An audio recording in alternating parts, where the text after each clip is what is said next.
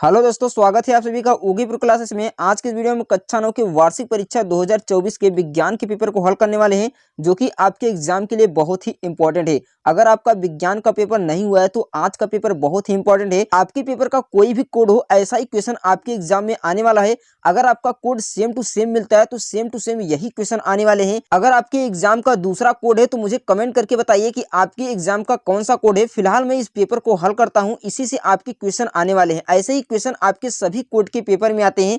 तो यहाँ पर देख सकते हैं, पहला क्वेश्चन आपके सामने दिया हुआ है कि निम्नलिखित में से कौन सी अदिश राशि है। यहाँ से आपसे पूछा है अदिश राशि कौन सी है। ऐसा क्वेश्चन आपके हर पेपर के कोड में पूछा जाता है।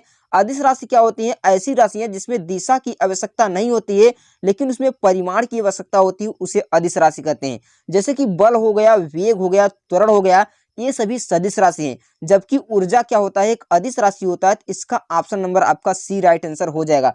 अगर इनसे आपका चारों का मात्रक किसी एग्जाम में पूछ लिया तो आप क्या बताएंगे? बल का जो मात्रक होता है वह न्यूटन होता है, वेग का जो मात्रक होता है मीटर प्रति सेकंड होता है, ऊर्जा का जो मात्रक होता है जूल होता है, और त्वरण का जो मात्रक होता है मीटर प्रति सेकंड स्क्वायर होता है। ये चारों मात्रक भी आपको अच्छी तरह से याद रखना है। दूसरा क्वेश्चन आपके सामने यहाँ पर देख सकते हैं दिया हुआ कि एक पत्थर को ऊपर की ओर फेंका जाता है, वह h ऊंचाई तक जाकर पुनः पृथ्वी पर लौट आता है, तो उसका विस्थापन आपको ज्ञात करना है। जैसे कि मान लीजिए कोई वस्तु को क्या किया जाता है, यहाँ से मान लीजिए ऊपर फेंका गया और यहाँ से पुनः वह यहीं पर आ गया, तो उसका विस्थापन आपका शून्य हो जाएगा। कितना हो जाएगा? शून्य हो जाएगा। तो इसका ऑप्शन नंबर आपका ए बिल्कुल राइट आंसर हो जाता है। उसके बाद देख सकते हैं तीसरा क्वेश्चन पूछा हुआ कि बल एफ तथा संवेग परिवर्तन डेल पी में संबंध क्या होता है। यहाँ पर आपको बताना है कि जो बल होता है और संवेग परिवर्तन में क्या संबंध होता है। आप सभी को पता है कि जो संवेग परिवर्तन का दर होता है उसे हम बल कहते हैं। यहाँ पर क्या हो जाएगा? जो बल एफ बराबर संवेग परिवर्तन del P upon del T होगा। क्या हो जाएगा? Del P upon del T होगा। जब इसका तिर्यक गुणा कर देंगे तो आपका डेल पी बराबर हो जाएगा एफ इंटू डेल टी। जहां पर आपका एफ इंटू डेल टी हो तो वही आपका आंसर हो जाएगा। आप दे सकते हैं F into del T. Option number D आपका क्या हो जाएगा? राइट हो जाएगा। उसके बाद देख सकते हैं 4 नंबर क्वेश्चन आप में पूछा हुआ है किसी वस्तु का जड़त्व किस पर निर्भर करता है। जो जड़त्व होता है किसी वस्तु का वह द्रव्यमान पर निर्भर करता है। किस पर? द्रव्यमान पर निर्भर करता है। तो इसका ऑप्शन नंबर आपका बी बिल्कुल राइट आंसर हो जाएगा। उसके बाद 5वां नंबर क्वेश्चन आपके सामने दिया हुआ है कि पूछा है कि आपेक्षिक घनत्व का मात्रक क्या होता है। जब भी आपसे घनत्व पूछे, क्या पूछे? घनत्व पूछे, तो जो इसका मात्रक होता है द्रव्यमान बटे आयतन होता है। क्या होता है? द्रव्यमान बटे आयतन होता है। और द्रव्यमान का मात्रक आप सभी को पता है किग्रा होता है, और आयतन का मात्रक मीटर क्यूब होता है। तो इसका मात्रक हो जाएगा आपका किग्रा प्रति मीटर क्यूब। क्या हो जाएगा?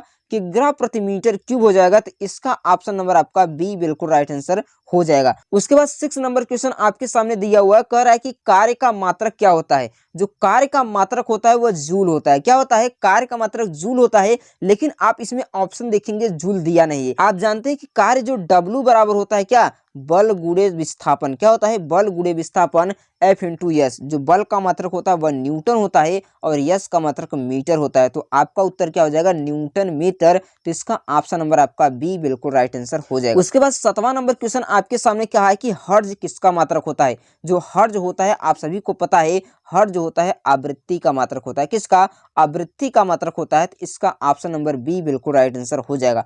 8वां नंबर क्वेश्चन पूछा हुआ कि अंतरः आणविक स्थान सर्वाधिक किसमें होता है। यहाँ पर पूछा है जो स्थान होता है अंतरः आणविक स्थान, तो सबसे ज्यादा जो गैसों में होता है। किसमें? गैसों में होता है। तो इसका ऑप्शन नंबर डी बिल्कुल राइट आंसर हो जाएगा। और सबसे कम स्थान ठोसों में होता है। 9वां नंबर क्वेश्चन पूछा हुआ है, कह रहा है कि तापमान बढ़ाने पर वाष्पीकरण की दर क्या होगी। आप सभी को पता है कि तापमान जब बढ़ता है तो वाष्पीकरण की दर भी बढ़ जाती है। तो इसका ऑप्शन नंबर आपका ए बिल्कुल राइट आंसर हो जाएगा। 10 नंबर क्वेश्चन दिया हुआ है कि निम्नलिखित में से कौन सा मिश्रण है। यहाँ से आपको मिश्रण बताना है। तो आप सभी को मिश्रण यौगिक पहचाने का एकमात्र आपको फार्मूला बता देता हूँ। यदि आपसे मिश्रण पूछे और आपसे एक यौगिक पूछे, आपको ध्यान देना है कि जिसका फार्मूला बन जाए, क्या? जिसका फार्मूला बन जाए उसे हम यौगिक कर देंगे, और जिसका फार्मूला न बन पाए उसे हम क्या कहेंगे? मिश्रण कहेंगे। जैसे कि आप देखेंगे नाइट्रोजन का फार्मूला बनता है तो यह क्या है? एक यौगिक हो जाएगा। ऑक्सीजन का फार्मूला होगा तो यह भी यौगिक हो जाएगा। जल का फार्मूला हो जाएगा तो यह भी यौगिक हो जाएगा। लेकिन वायु का कोई फार्मूला नहीं बनेगा तो यह एक मिश्रण है। तो इसका ऑप्शन नंबर आपका ए बिल्कुल राइट आंसर हो जाएगा। उसके बाद देख सकते हैं 11 नंबर क्वेश्चन आपसे पूछा हुआ कि निम्नलिखित में से कौन सा कोलाइडी विलयन नहीं है। यहाँ पर पूछा है कोलाइडी विलयन नहीं है। गोंद क्या है? कोलाइडी विलयन होता है। दूध क्या होता है? कोलाइडी विलयन होता है, इसे पायस भी कहा जाते हैं। रुधिर भी एक कोलाइडी विलयन होता है, जबकि नमक का जली विलयन एक समांगी मिश्रण होता है। क्या होता है? एक समांगी मिश्रण होता है। तो इसका ऑप्शन नंबर आपका बी बिल्कुल राइट आंसर हो जाएगा। नमक का जली विलयन कोलाइडी विलयन नहीं होता है। 12 नंबर क्वेश्चन पूछा हुआ कि चांदी का प्रतीक क्या होता है। जो चांदी का प्रतीक होता है एजी होता है, और सोना का जो प्रतीक होता है वह एयू होता है। तो इसका ऑप्शन नंबर आपका बी बिल्कुल राइट आंसर हो जाएगा। एसआई जो होता है वह सिलिकॉन का मात्रक होता है। एचजी जो होता है पारा का मात्रक होता है। किसका?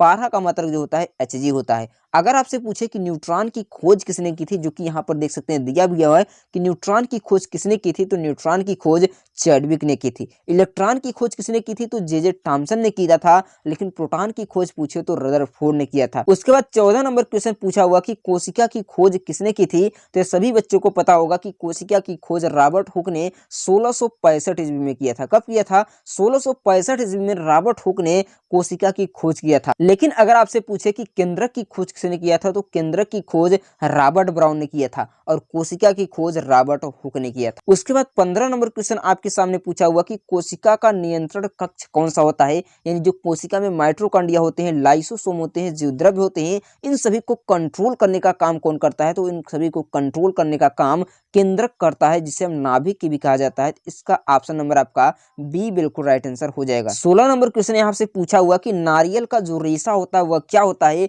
जो नारियल का रेशा होता है वो फ्लोएम होता है। क्या होता है? फ्लोएम होता है। तो इसका ऑप्शन नंबर आपका बी बिल्कुल राइट आंसर हो जाएगा। 17 नंबर क्वेश्चन पूछा हुआ कि रुधिर किस प्रकार का ऊतक होता है। तो रुधिर जो होता है कनेक्टिव टिश्यू यानी तरल संयोजी ऊतक होता है। क्या होता है? तरल संयोजी ऊतक होता है। तो इसका ऑप्शन नंबर आपका डी बिल्कुल राइट आंसर हो जाएगा। 18 नंबर क्वेश्चन है कि शैवाल पाए जाते हैं। शैवाल कहाँ पर पाए जाते हैं? शैवाल समुद्री स्थानों पर पाए जाते हैं। कहाँ पर? समुद्रों में पाए जाते हैं। तो इसका ऑप्शन नंबर आपका बी बिल्कुल राइट आंसर हो जाएगा। उसके बाद 19 नंबर क्वेश्चन आपके सामने पूछा हुआ कि कौन सा जंतु द्विलिंगी है। यहाँ से आपसे पूछा है द्विलिंगी कौन सा जंतु है।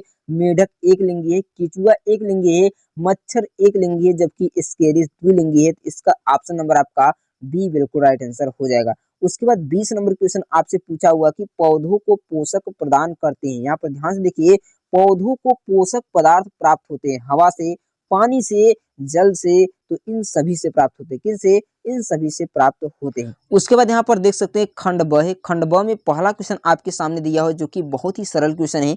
एक वस्तु विरामावस्था से 8 मीटर प्रति सेकंड के एक समान त्वरण से चलती है। वस्तु 160 मीटर प्रति सेकंड का वेग कितने समय में प्राप्त कर लेगी, और वह कितनी मीटर की दूरी तय करेगी। यहाँ पर आपका प्रारंभिक वेग 0 हो जाएगा। यहाँ पर देख सकते हैं त्वरण दिया है, अंतिम वेग दिया है। तो आपको क्या करना है, समय ज्ञात करने के लिए पहला समीकरण लगाएंगे v बराबर u प्लस ए टी। क्या लगेंगे? v बराबर u प्लस ए टी। यहाँ पर इसका 60 हो जाएगा, ये 0 हो जाएगा, ए का मान 8 हो जाएगा, टी का मान घटाएंगे तो यहाँ पर टी का मान आपका 20 सेकंड आ जाएगा। जब टी का मान 20 सेकंड आ जाएगा, दूरी ज्ञात करने के लिए आप लगाएंगे v स्क्वायर बराबर यू स्क्वायर प्लस 2as। इसमें आप क्या करेंगे, मान धर देंगे तो आपका यस का मान 1600 मीटर आ जाएगा। कितना? 1600 मीटर आ जाएगा। उसके बाद दूसरा क्वेश्चन यहाँ पर आपके सामने दिया है कि न्यूटन के गति विषयक का द्वितीय नियम और तृतीय नियम को लिखना है। मैं आशा करता हूँ कि आपको ये नियम बहुत ही अच्छे से याद होगा और इनके नियम को आप अच्छी तरह से लिख भी लेंगे। यहाँ पर आपको आयाम, आवृत्ति, आवर्तकाल और तरंग दैर्ध्य की इन सभी को आपको क्या करना है, परिभाषाएं लिख लेना है। उसके बाद देख सकते हैं चौथा नंबर क्वेश्चन आपसे पूछा हुआ कि न्यूटन का गुरुत्वाकर्षण बल का नियम लिखिए और इसके सूत्र को स्थापित कीजिए। आप जानते हैं कि गुरुत्वाकर्षण का जो सूत्र होता है F बराबर Gm1m2 अपान आर स्क्वायर। इसको भी आप अच्छी तरह से याद कर लेंगे, जो कि आपके एग्जाम के लिए बहुत ही इंपॉर्टेंट है और यह आपके एग्जाम में 6 नंबर का क्वेश्चन पूछा जाता है। यहाँ पर देख सकते हैं अगला क्वेश्चन अथवा में दिया है, गतिज ऊर्जा और स्थितिज ऊर्जा के उदाहरण को स्पष्ट कीजिए। अथवा ऊर्जा का समीकरण 1/2 mv स्क्वायर के निगमन करना है। उसके बाद देख सकते हैं अगला उपखंड है, इसमें आपसे पूछा हो कि मिश्रण यौगिक में 4 अंतर बताना है। परमाणु और अणु में 4 अंतर बताइए। परमाणु के विभिन्न कक्षाओं में इलेक्ट्रॉन के वितरण के बोरबरी योजना को आपको बताना है। यहाँ पर देख सकते हैं अगला क्वेश्चन आपके सामने पूछा है, वाष्पीकरण से क्या तात्पर्य होता है, इसको आपको बताना है, जो कि बहुत ही सरल क्वेश्चन है। आपके एग्जाम में यह क्वेश्चन आ सकता है, यह बहुत ही इंपॉर्टेंट है। उसके बाद जीव विज्ञान से क्वेश्चन आपके सामने यहाँ पर देख सकते हैं दिया हुआ कि माइटोकॉन्ड्रिया को कोशिका का पावर हाउस क्यों कहा जाता है। डीएनए और आरएनए का आपको पूरा नाम लिखना है। अस्थि और उपास्थि में 2 अंतर बताना है और कंडरा और स्नायु में 2 अंतर बताना है। खाद्य उर्वरक में 2 अंतर बताना है और फसल के किस्मों में सुधार करने के लिए कारक बताना है। तो इन क्वेश्चनों को अपने बुक से अच्छी तरह से लिख लेंगे, जो कि आपके एग्जाम के लिए बहुत ही इंपॉर्टेंट है। इन क्वेश्चनों को आप अच्छे से तैयार कर लीजिए। यहाँ पर देख सकते हैं आपका लास्ट क्वेश्चन दिया हुआ है, पादप कोशिका और जंतु कोशिका में 6 अंतर बताइए। आप ये 11 नंबर क्वेश्चन कीजिए या तो अथवा इसको कर लीजिए, जो कि आपके एग्जाम के लिए बहुत ही इंपॉर्टेंट है। अगर आपसे डीएनए का फुल फॉर्म पूछे तो आप सभी जानते हैं कि डीएनए का फुल फॉर्म होता है डीऑक्सी राइबोज न्यूक्लिक एसिड और आरएनए का फुल फॉर्म होता है राइबोज न्यूक्लिक एसिड। तो आपका ये विज्ञान का पेपर था, जो कि आपके एग्जाम के लिए बहुत ही इंपॉर्टेंट है। अगर आपने मैथ के पेपर को नहीं देखा है तो यहाँ पर जो वीडियो शो हो रही है उसको देखकर मैथ के पेपर को देख लीजिए, और वह पेपर आपके एग्जाम के लिए बहुत ही इंपॉर्टेंट है। मैं मिलता हूँ दूसरे पेपर के साथ, तब तक के लिए धन्यवाद।